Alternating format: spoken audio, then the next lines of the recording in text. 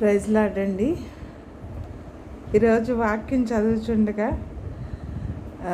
అపోస్తలుడైన పౌలు గారు 2వ తిమోతికి రాసిన గ్రంథంలో 3వ అధ్యాయము ఫస్ట్ నుంచి, అంటే అంత్యకాలంలో కాలం ఎలా ఉంటుంది, మనుషులు ఎలా బిహేవ్ చేస్తారనేది రాయబడింది.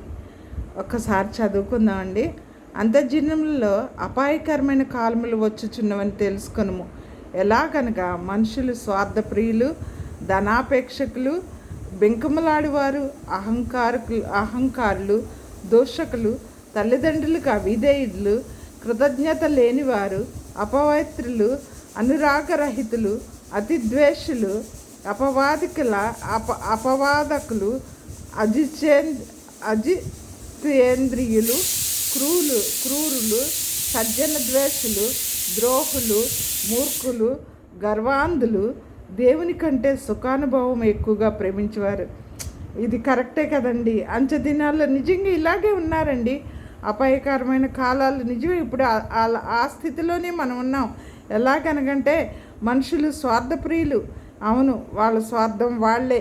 ఎవరికి తల్లిదండ్రులు పిల్లలు పట్టించుకోవట్లేదు, పిల్లలు కూడా తల్లిదండ్రులు పట్టించుకోవట్లేదు. మానవ సంబంధాలు స్వార్థంతో కూడి ఉన్నాయండి. ధనాపేక్షకులు ఎక్కువగా ప్రతి పనికి ప్రతిఫలాక్ష అంటే ధనం కోరుతున్నారండి. అంటే ఇదివరకు ధనాపేక్ష లేకుండా స్వతంత్రంగా వాళ్ళకు సహాయం చేసేవారు.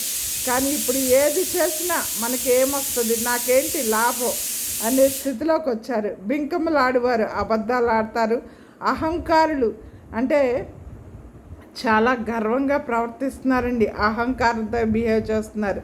దూషకులు ఎవరిని పడితే వాళ్ళని తిట్టడం, ఏది పడితే అది మాట్లాడడం. తల్లిదండ్రులకు అవిధేయులు, కృతజ్ఞత లేనివారు, అపవిత్రులు, అనురాగరహితులు, అతిద్వేషులు, అపవాదకులు, అజితేంద్రియులు, క్రూరులు, సజ్జన ద్వేషులు, ద్రోహులు, మూర్ఖులు, గర్వాంధులు, దేవుని కంటే సుఖానుభవం ఎక్కువగా ప్రేమించేవారు. అంటే వారి శరీరమే వారికి దేవుడు. ఆ శరీరాన్ని ఎలా సుఖపెట్టుకోవాలి, ఎలా దాన్ని పోషించుకోవాలని ఆలోచిస్తున్నారు. కానీ మరణం తర్వాత నరకాల్లో వేస్తే దేవునికి భయపడలేదండి. మనం ఈ స్థితిలో ఉన్నాం కనుక ఈరోజు నేను ఎందుకు పెడుతున్నానంటే, ఇది చదివి మనము ఇందులో ఉన్న మనలో ఉన్న లోటుపాట్లు సరిదిద్దుకొని దేవుని కోసం బతుకుదాం.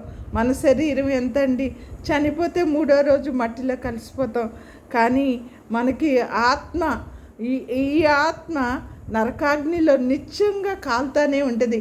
అగ్ని ఆరదు, పురుగు చావదండి. అక్కడ అగ్ని ఇంకా ఆరటం అనేది ఉండదు. నరకంలో ఈ ఆత్మ చావడం అనేది ఉండదు. దానికన్నా ఇక్కడ ఉన్నప్పుడు మన శరీరం కన్నా మనం దేవుణ్ణి ఎక్కువగా ప్రేమించిన వారు అయితే దేవుడు మనల్ని పరలోకం చేర్చుకుంటారు. అక్కడ నిత్యము దేవుని స్తుతిస్తూ ఆయన మొహం చూస్తూ ఆనందంగా గడిపేయచ్చండి. ఏ నిర్ణయం తీసుకోవాలో మీకే అప్పచెప్తున్నానండి.